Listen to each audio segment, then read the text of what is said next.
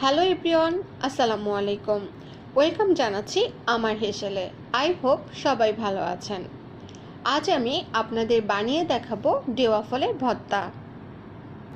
এটা মূলত আমাদের দেশের গ্রাম অঞ্চলের একটি ফল। বর্ষাকালে এটা পাওয়া যায়। এবড়ো থেবড়ো কিছুটা কাঁঠালের মতো দেখতে এই ফলটির ভেতরে হলুদ রঙের কোষ থাকে। পাকলে এই ফলটি অতি মোলায়েম হয়।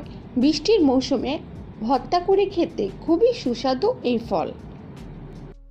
খুব অল্প সময়ে চট জলদি বানিয়ে ফেলা যায় এই ভর্তাটি। তাহলে চলুন ভর্তাটি শুরু করা যাক।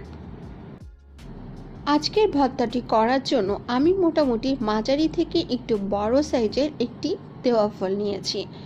এরপর ফলটিকে পানি দিয়ে ধুয়ে পরিষ্কার করে পানি ঝরিয়ে নিয়েছি।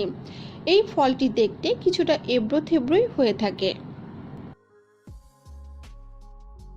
এবার ফলের গায়ে যে পাতলা একটি চামড়ার মতো আছে তা তুলে ফেলছি।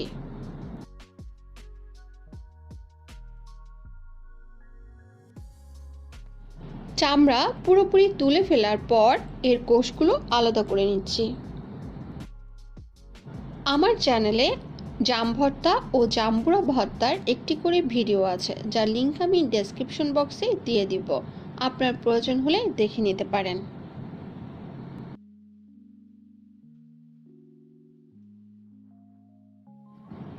এবার নিচ্ছি শুকনা মরিচ। মরিচগুলো আমি শুকনো খোলায় টেলে নিয়েছি। আমি আমার টেস্ট মতো ঝাল নিয়েছি, আপনি আপনার টেস্ট মতো নিয়ে নেবেন। এবার নিলাম কিছুটা লবণ। এবার মরিচ, লবণ ও ডেওয়া ফলের কোষগুলো একত্রে মিশিয়ে নিলেই তৈরি হয়ে যাবে ডেওয়া ফলের ভর্তাটি।